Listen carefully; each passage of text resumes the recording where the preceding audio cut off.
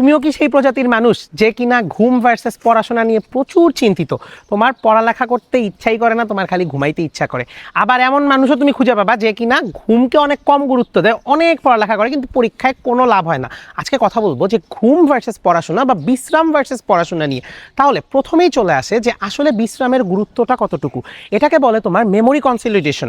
তুমি যখন কোনো একটা টপিক পড়ো সেটা তোমার শর্ট টার্ম মেমোরিতে চলে যায়।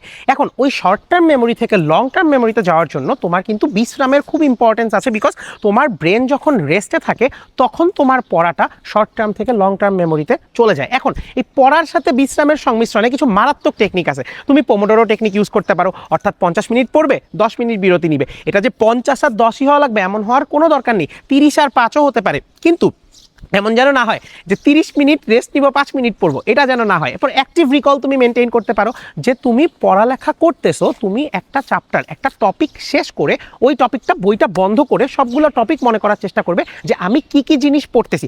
এখন চলে আসে 3 নাম্বার পয়েন্ট আমাদের, যে ঘুমের গুরুত্ব। ঘুমের গুরুত্বটা আসলে কতটুকু।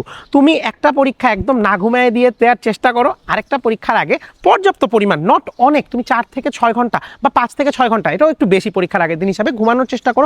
পরীক্ষা দিতে গিয়ে দেখো তুমি সেম প্রিপারেশন নিয়ে তুমি যদি না ঘুমায় পরীক্ষা দাও, তোমার পরীক্ষা খারাপ হবে, বিকজ তোমার বডির একটা রেস্টের দরকার আছে। সেই রেস্ট ছাড়া কিন্তু তুমি কোনোভাবেই তোমার প্রিপারেশনটা ঠিকমতো যতটুকু আছে সেই অনুযায়ী পরীক্ষার খাতায় লিখে দিয়ে আসতে পারবে না।